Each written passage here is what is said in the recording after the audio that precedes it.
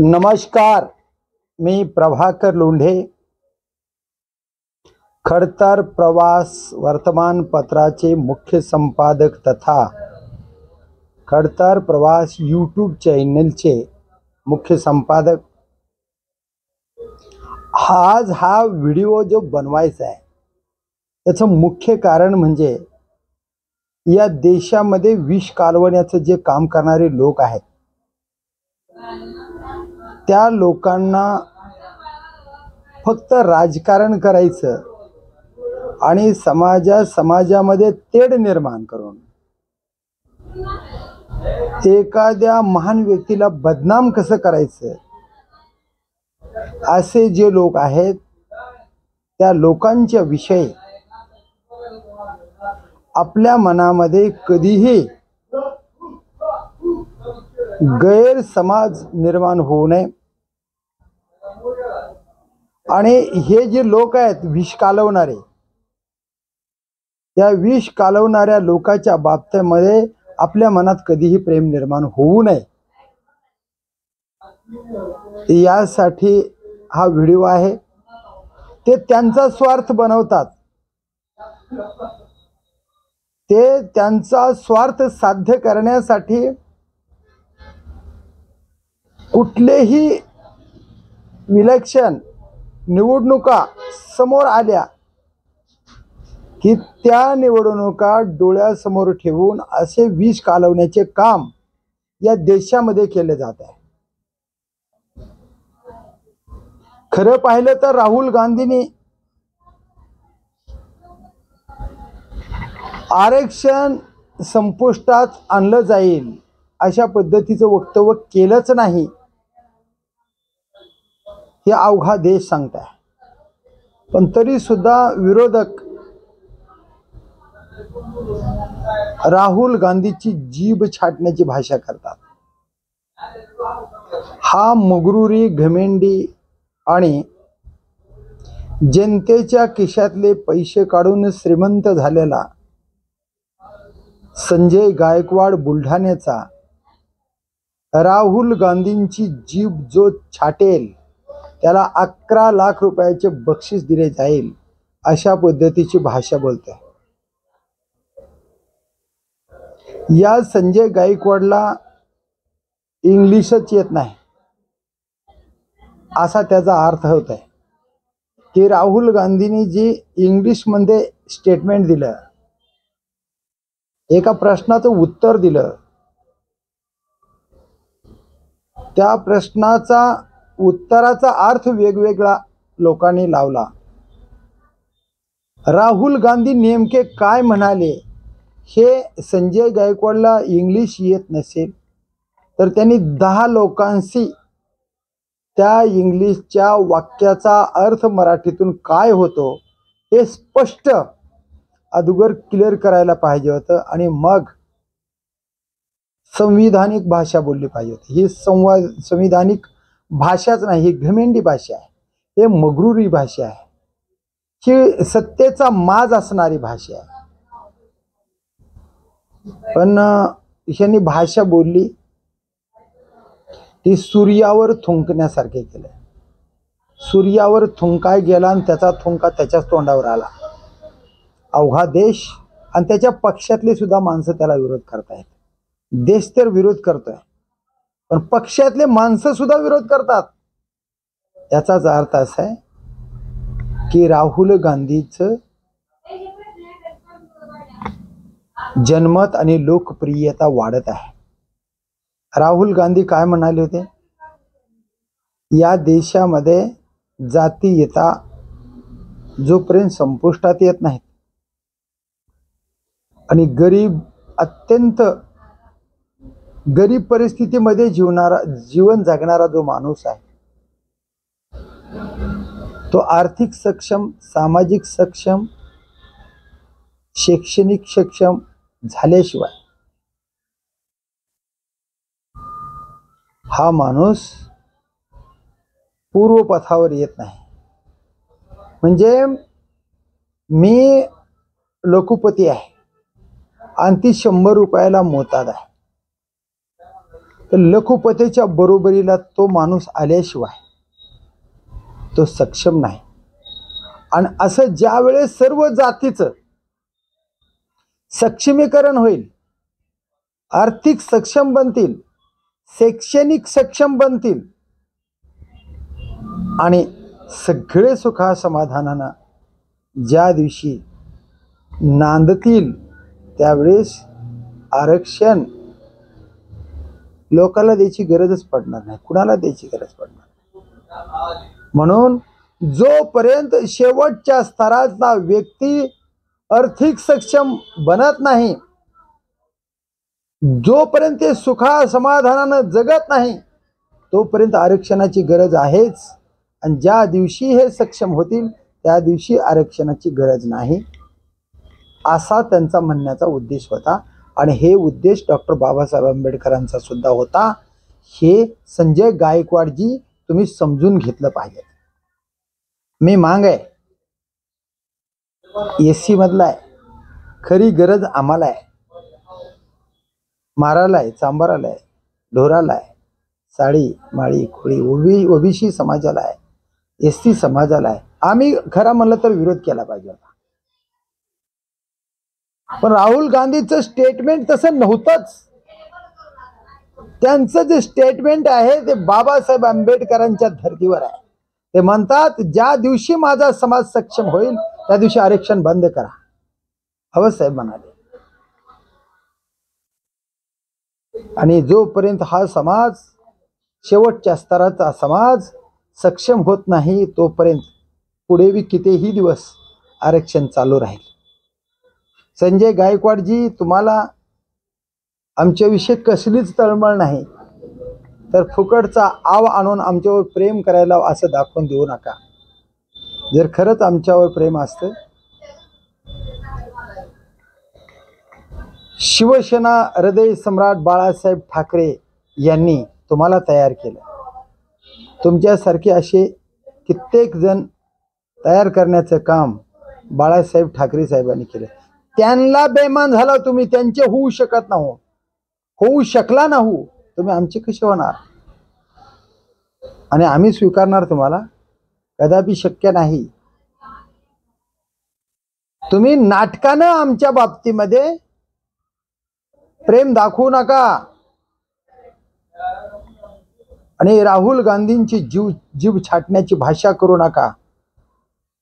राहुल गांधींची जीभ छाटणाऱ्याला 11 लाख रुपये देण्यात येते. का? दुसऱ्याने जीभ छाटायची. तुमच्या डॅश मध्ये ताकद नाही? तुमच्यात ताकद असेल तर तुम्ही करून दाखवा ना. म्हणे सूर्याच्या जवळ जाणारे माणसं सर्व जळून खाक होतात. तुम्ही राहुल गांधीच्या महाराष्ट्रात सुद्धा, तुम्ही महाराष्ट्र सोडून दुसऱ्या राज्यात सुद्धा जाण्याची ताकद तुमची नाही. तुम्हाला महाराष्ट्रात सुद्धा फिरू दिले जाणार नाही. आणि राहुल गांधींची जीभ छाटण्याची भाषा करतात. अरे तुमच्यात हिंमत असेल, मगाच म्हणलं तुमच्या डॅश मध्ये हिंमत असेल तर तुम्ही करून दाखवा ना.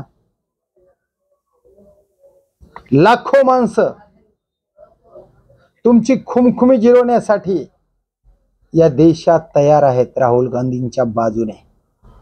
आणि तुम्हाला या महाराष्ट्रामध्ये, याच येणाऱ्या विधानसभेमध्ये भारतातला, राज्यातला आणि इतर राज्यातला एक एक माणूस तुम्हाला दाखवून देईल तुमची जागा कुठे आहे ते. तुमचा अंत आलेला आहे.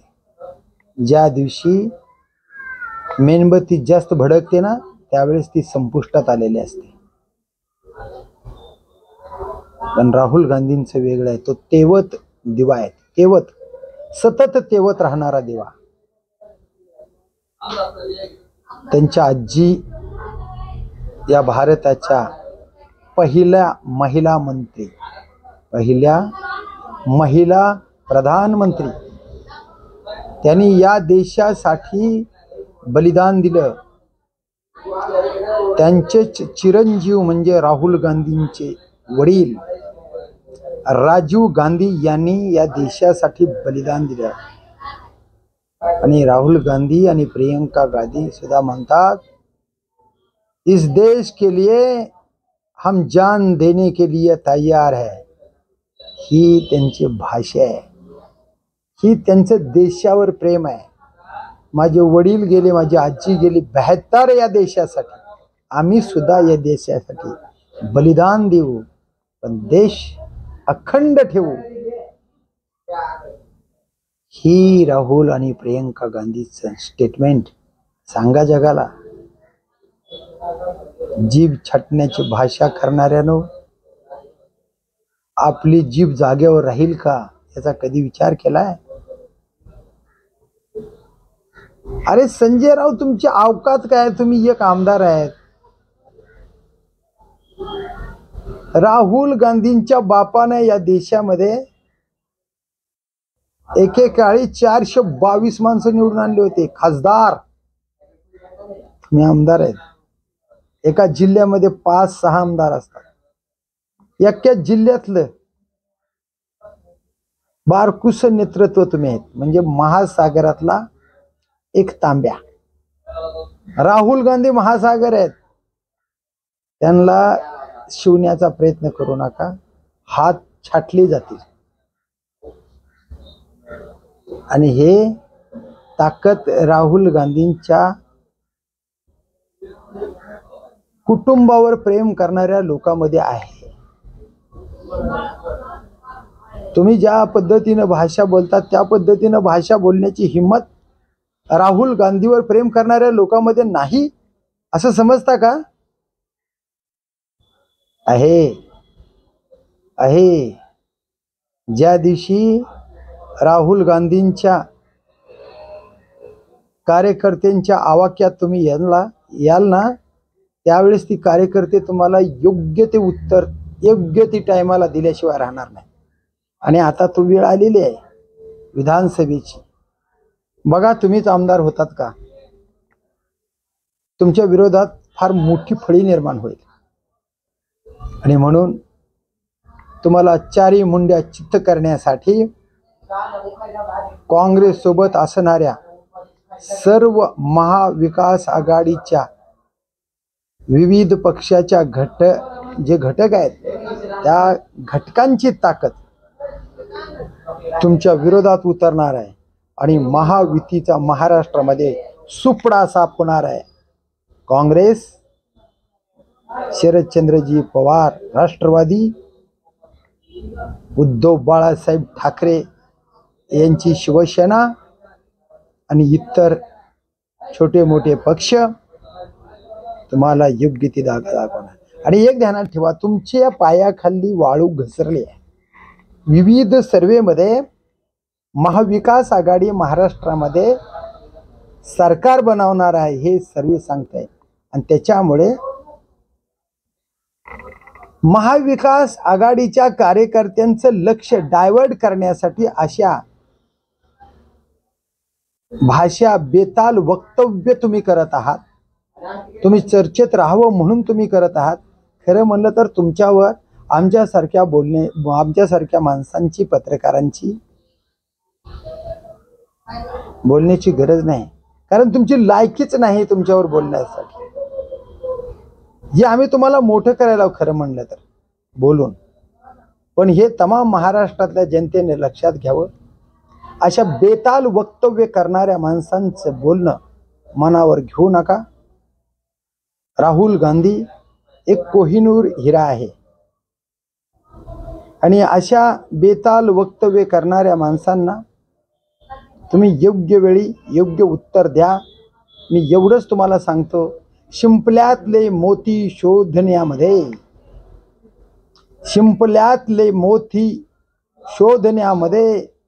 कोहिनूर हिरा गमावू नका।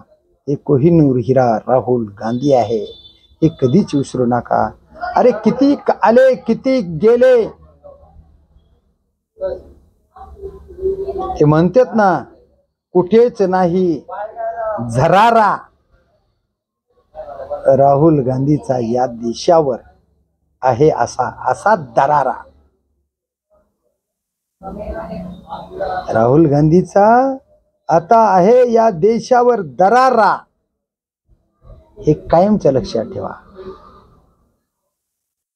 मोदीचा आवाज बंद झालाय संजय गायकवाड. अमित शहाची मगरुरी भाषा बंद झाली, लक्षात घ्या. हे स्मृती इराणी लापत्ता झाली, पत्ता नाही. कित्येकांची खुमखुमी एकाच धडाक्यामध्ये राहुल गांधींनी संपुष्टात आणली. तुम्ही तर पाचोळ्यासारखं उडाल्याशिवाय राहणार नाही. आणि म्हणून यापुढे राहुल गांधींची जीभ छाटण्याची भाषा आयुष्यात करू नका. कदाचित तुमच्यावर सुद्धा ही वेळ येऊ शकेल, कारण काळ घर बांधून राहू शकत नाही. काळ बदलत असतो, ते काळ बदलण्याची वेळ आता आली. तुम्हाला महाराष्ट्रातलेच काँग्रेसचे नेते बस झाले, राहुल गांधी तर लय लांब आहे. तुमच्यासारखे शेकडो कार्यकर्ते, एक एक कार्यकर्ता आमच्या काँग्रेसचा,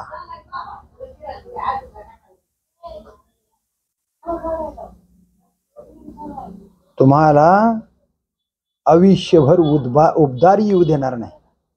एवढी ताकद काँग्रेसच्या कार्यकर्त्यामध्ये आहे, ज्या काँग्रेसने या देशावर 50-55 वर्ष राज्य केलेलं आहे. आणि हे राज्य करण्याची ताकद तुमच्याकडे नाही.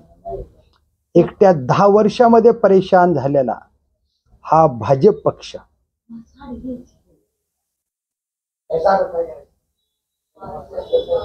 आता नस्तानाभूत होण्याच्या मार्गावर आहे. संजय गायकवाड, तुम्ही एकनाथ शिंदेचा एक आमदार आहोत. एकनाथ शिंदे उद्धव बाळासाहेब ठाकरे यांना बेमान होऊन अरडीचा डाव करून मुख्यमंत्री झालेत. जनतेतून, लोकप्रियतेतून मुख्यमंत्री झालेले नाहीत. आणि तुम्ही आमदार कामानं आमदार झाले नाहो. दलाल लोकांना पैसे वाटून मतं घेऊन गोरगरिबांना वेड्यात काढून तुम्ही आमदार झाला आहात. यावेळेस तुम्ही आमदार होणार का नाही हे लक्षात ठेवा. आणि पुन्हा आयुष्यामध्ये राहुल गांधी यांच्या गांधी कुटुंबावर कधीच बोलण्याची हिम्मत करू नका, कारण ती हिम्मत संपुष्टात आणण्याचं काम राहुल गांधीवर प्रेम करणारे कार्यकर्ते निश्चित करतील. हे लक्षात ठेवा, पक्क लक्षात ठेवा. आणि तमाम महाराष्ट्रातल्या, तमाम देशातल्या जनतेला विनंती आहे की या संजय गायकवाडचं वक्तव्य मुळीच मनात घेऊ नका, डोक्यावरून काढून टाका. असे येडे माणसं, स्वार्थी माणसं आणि काहीतरी बेताल वक्तव्य करून आपण प्रसिद्धीच्या झोकात कायमचं राहावं, या हेतुपुटी त्यांनी हे बोललेलं आहे. हे लक्षात घ्यावं, कारण या माणसाला किती बुद्धिमत्ता आहे, किती इंग्रजी जमतंय आणि काय कुठं बोलावं हे किती कळतंय काहीही माहीत नाही. म्हणून जनतेला विनंती आहे, संजय गायकवाड सारखे कितीही येतील, कितीही जातील, पण राहुल गांधींच्या कार्याचं फळ तसंच राहणार आहे. Rahul Gandhi is great. राहुल गांधी सारखा देशाला दुसरा लीडर मिळणार नाही, कारण जनतेचं मत जाणणारा, देशामध्ये काय चाललंय हे पाहणारा, या देशातला पहिला तरुण लीडर, काँग्रेसचा नेता फक्त राहुल गांधी आहे, एवढंच म्हणेन. आणि संजय गायकवाडचं हे वक्तव्य अत्यंत चुकीचं आहे. त्या वक्तव्याचा मी निषेध करतो पत्रकार म्हणून. आणि पुन्हा सूचना देतो, संजय गायकवाडजी, असं बेताल वक्ते कुणाच्याही बाबतीमध्ये तुम्ही करू नका. राहुल गांधीचं सोडा, राहुल गांधीचं केसालाही धक्का लागणार नाही, पण तुमच्या सुद्धा पक्षातल्या किंवा तुमच्या विरोधकावर, साध्या विरोधकावर सुद्धा तुम्ही असं असंविधानिक वक्तव्य करू नका, तरच तुम्ही राजकारणात टिकचाल. नसेल तर तुम्ही राजकारणातून कायमच संपणार आहेत, हे मात्र निश्चित. मी प्रभाकर लोंढे, खडतर प्रवास संपादक तथा खडतर प्रवास यूट्यूब चॅनलचे मुख्य संपादक प्रभाकर लोंढे या चॅनलला सबस्क्राईब करा, शेअर करा, लाईक करा आणि असेच वेगवेगळे व्हिडिओ पाहण्यासाठी या चॅनलला सबस्क्राईब करा. धन्यवाद धाराशिवकर, धन्यवाद उस्मानाबादकर.